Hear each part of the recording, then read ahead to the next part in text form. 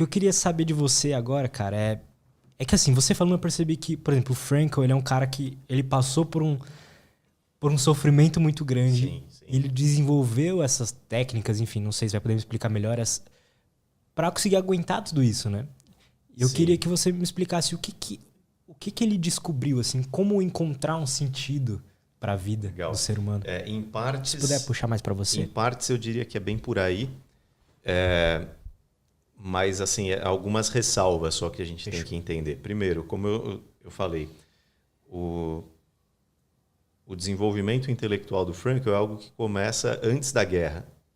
Verdade. Então, ele, em 1938, quando a Áustria é anexada pelos nazistas, e aí começa a ter uma série de restrições, já mesmo antes, né, dos campos de concentração propriamente ditos, mas já começa a ter uma série de restrições à prática dos profissionais judeus. Antes disso, ele já tinha uma certa carreira. Então, ele já tinha sido um estudante de medicina brilhante, ele já tinha trabalhado em alguns lugares. Ele conta uma das experiências que ele teve trabalhando num hospital onde ele atendia mulheres e que essas mulheres haviam, praticamente todas elas tinham tendências suicidas.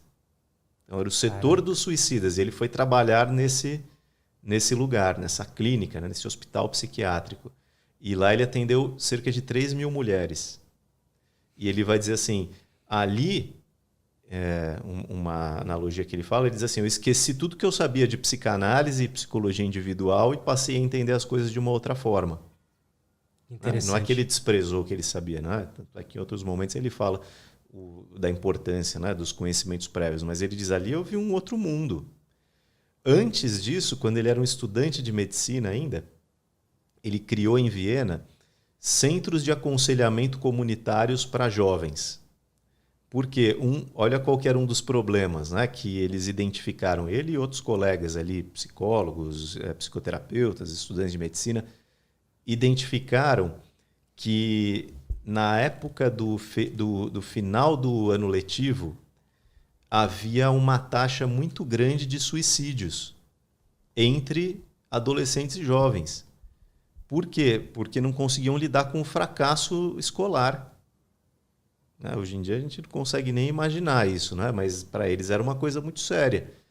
E então eles criaram esses centros de aconselhamento onde eles recebiam jovens em grupos, uma terapia em grupo, e davam suporte, davam apoio para eles. Essa ideia pegou de tal forma que, num determinado ano, a taxa de suicídios por conta do fracasso escolar zerou. Que animal isso. Em Viena. Essa iniciativa se espalhou por outras cidades da Europa. Ele foi chamado para palestrar em outros lugares para falar sobre isso. Então, o trabalho dele, né, com a questão do sentido que a vida pode ter antecede a sua experiência nos campos de concentração. Cara, isso é muito interessante. Isso é muito interessante. E ele diz que desde pequeno, desde criança praticamente, ele ficava se perguntando sobre o sentido da vida. Então, isso foi sendo construído. E a logoterapia, enquanto teoria, a base dela já estava estruturada quando ele vai para os campos de concentração. Porque o que acontece, num primeiro momento, os judeus ficaram ainda em Viena, os que ficaram em Viena, ficaram com restrições de natureza profissional, de natureza econômica, tudo mais, mas ainda não estavam sendo mortos, ainda não estavam sendo assassinados. Isso vai começar a acontecer principalmente com as idas para os campos de concentração e mais especificamente os campos de extermínio mesmo, porque havia duas categorias, né? Os campos de trabalhos forçados e os campos de extermínio propriamente dito. Foi todo um processo até de evolução da tecnologia de morte dos nazistas, vamos dizer assim. Mas ele só vai para o seu primeiro campo de concentração em 1942. Então, você vê, já é um período assim bem avançado, né, que, quando isso acontece. E, consequentemente, quando ele chega nesse primeiro campo de concentração, ele que era um jovem médico, promissor, respeitado, leva com ele o manuscrito do seu primeiro livro. Ele costura isso no bolso do seu casaco, deixa meio escondido ali, porque uma das coisas que acontecia muito era se tirar das pessoas, né, os seus pertences. Aí ele vai para esse primeiro campo, que é um campo na República Tcheca, o campo de Terezín. Eu tive a oportunidade de visitar esse campo agora, há pouco tempo atrás, no mês de dezembro, para entender melhor, porque esse era um campo barra gueto. A propaganda dos nazistas foi o seguinte: nós não queremos matar os judeus, nós só queremos que eles vivam a vida deles num outro contexto. Então, nós vamos criar uma cidade para os judeus. E essa cidade, eles pegaram lá uma cidadezinha da República Tcheca e tal, murada, era uma cidade murada já, uma cidade antiga, que era uma fortaleza, e falaram: agora os judeus vão viver aqui dentro. Eles ofereciam para os judeus que iam para lá, muitas vezes os primeiros judeus que foram para o campo de Terezín foram os judeus mais proeminentes, então os que tinham mais dinheiro, os músicos, os cientistas, os artistas, porque seria muito difícil você dar um sumiço nessas pessoas. Entendi. E o regime nazista, ele queria até certo ponto ocultar. Aliás, até certo ponto não, eles ocultavam totalmente. Eles fingiam para o resto do mundo que não estava acontecendo o genocídio. E então eles chamavam essas pessoas e falavam: olha, e as pessoas tinham que assinar um termo onde elas abriam mão de todas as suas propriedades, de todos os seus bens, de todo o seu dinheiro, em função do governo nazista. Elas entregavam tudo, em troca elas iam para essa cidade. Né? Com relação a Frankl, eu não tenho a informação de que ele também tenha assinado esse termo. Né? Isso é uma informação geral sobre o campo, que aconteceu com muitas pessoas, mas não é sobre ele especificamente. Eu não posso dizer que isso aconteceu. Mas, de qualquer maneira, é para lá que ele foi. E nesse campo, Terezín, é uma cidade na República Tcheca, perto de Praga, uns 40 minutos de Praga, assim, e os alemães chamavam de Theresienstadt, mas o nome original era Terezín. E lá nesse campo, que ele ficou cerca de 2 anos, ele era um campo barra gueto, então ainda existia minimamente uma certa vida, entre aspas, normal. Uma humanidade ali. Minimamente, assim, quase nada, porque tinha morte, tinha do lado um campo de concentração propriamente dito, que muitos ficavam um pouquinho na cidade, já eram mandados para o campo de concentração, do lado, assim, tipo, sei lá, 800 metros de distância um do outro, que já tinha também extermínio ali, então era uma coisa, assim, já muito cruel. Mas enquanto eles estavam no campo de Terezín, por exemplo, ele continuou trabalhando como médico ali dentro.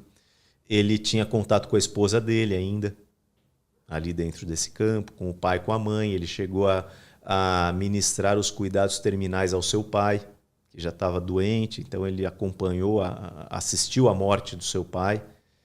E durante todo esse período, eles viviam ali em alojamentos, aquela coisa assim, não era nada muito especial, mas minimamente ainda tinha uma condição.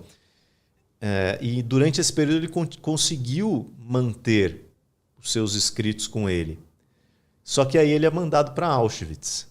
Ah, ele foi para Auschwitz ainda? Depois ele é mandado para Auschwitz, depois de quase 2 anos no campo de Terezín. E em Auschwitz, entre outras coisas, boa parte das coisas que ele descreve no livro Em Busca de Sentido tem a ver com essa chegada dele em Auschwitz, a experiência de chegar a Auschwitz. E ele chega ali em Auschwitz e daí ele passa por todo aquele processo chamado desinfecção, que é quando tiravam ali as roupas dos prisioneiros e raspavam seus pelos, raspavam seu cabelo, tomavam todos os pertences que eles ainda tinham.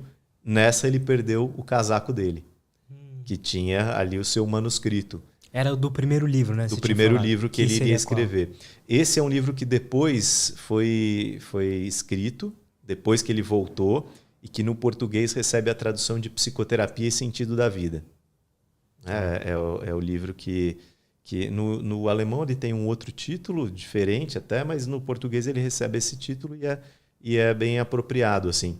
Também porque mostra um pouco do que é a teoria como um todo. Mas o que acontece? Ele em Auschwitz ele fica ali cerca de 3 noites somente, e foi por isso que ele sobreviveu, porque quem ficava mais tempo em Auschwitz morria. Não tinha como, praticamente. Só sobreviveu a Auschwitz quem foi transferido para outros lugares ou quem estava lá na ocasião que o campo foi libertado. Os outros eram mortos. Era um campo de extermínio total. Eu visitei Auschwitz também para conhecer um pouco melhor. Na época que eu fui participar de um congresso na Polônia, eu aproveitei para conhecer o campo de Auschwitz. É uma coisa assim impressionante. Como é que foi lá? O que você sentiu observando tudo? É muito interessante, assim, porque a primeira coisa que chama atenção no campo de Auschwitz é o tamanho. Porque são 2 campos. Também era uma cidadezinha ali na Polônia, chamada perto da Cracóvia, chamada Auschwitz, o nome em polonês, que os alemães traduziram para Auschwitz, passaram a chamar de Auschwitz. E é uma cidade que você olhando ali um lugar, você chega no primeiro campo, são 3 campos no mesmo lugar. Então, o primeiro que já é grande, que tem muitos alojamentos e tal, só que o segundo, ele é uma coisa assim, descomunal. Descomunal, ao ponto eu não imaginava que era gigante assim. Sei lá, para atravessar de uma ponta até a outra, da entrada do campo até o final, sei lá, ter que caminhar 15 minutos. Gigante, então. Gigante. Muito grande mesmo. E muito impactante, né? É um clima assim pesado, né? Porque você tem ali os museus, onde tem ali os pertences daquelas pessoas, tem fotos, tem informações, e aí o guia vai explicando, né, sobre o que acontecia em cada um dos lugares, e você vai sabendo ali algumas personalidades até que a gente sabe que estiveram, né, nesses campos, não somente o Frankl, mas outros também. E aí o que acontece? As histórias dos experimentos com crianças, principalmente gêmeos, eles faziam muito experimento com os gêmeos. O tal do Dr. Mengele, né, que depois fugiu para o Brasil, que era o chamado Anjo da Morte, o Frankl relata ter se deparado diante dele na primeira seleção, que é onde ele ficava lá dizendo, você vai para um lado, você vai para o outro, um vai para a direita, um vai para a esquerda. E normalmente as crianças e os idosos iam para a fila dos que iam morrer na hora, e as pessoas mais fragilizadas. Então, uma das coisas que era importante o tempo todo no campo de concentração, Frankl vai dizer que era você tentar manter uma postura ereta a maior parte do tempo, você fazer a sua barba, você está tentando mostrar que você era apto ao trabalho. E não se mostrar frágil. Porque senão você já era morto. E então ele fica ali em Auschwitz 3 noites, se eu não me engano, 3 ou 4 noites, e de lá ele vai para outros 2 campos na região de Dachau, na Alemanha. Então lá Por que ele foi mandado para um outro? Porque eles tinham lá os critérios deles de distribuição, entendeu? Mas ele vai dizer o seguinte, a explicação que ele dá é que, ele diz assim, por felizes coincidências do destino. Total, né? Ele diz que muitas vezes a vida dele foi preservada por conta dessas coincidências. Não porque ele tinha um sentido para a vida dele. O sentido para a vida dele o ajudava a suportar tudo aquilo.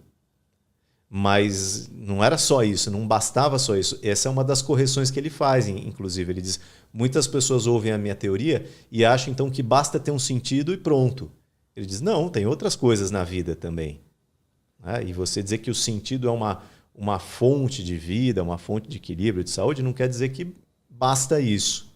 No caso dos campos, é o exemplo clássico. Você me falando do Frankl me parece um cara muito inteligente, ponderado. Muito. E que sabe como... É impressionante. É um dos maiores pensadores, na minha opinião, do século XX, do mundo contemporâneo. E uma das razões que eu comecei a fazer o Instagram e gravar vídeo no YouTube sobre o pensamento do Frankl foi porque, assim, por não me conformar como esse cara não é mais conhecido. Pois é, eu não conhecia. sem desmerecer o Freud merece ser conhecido, lógico. Ele também é um cara sensacional, contribuições assim extremamente impactantes. Mas por que é que o Frankl não é, por exemplo?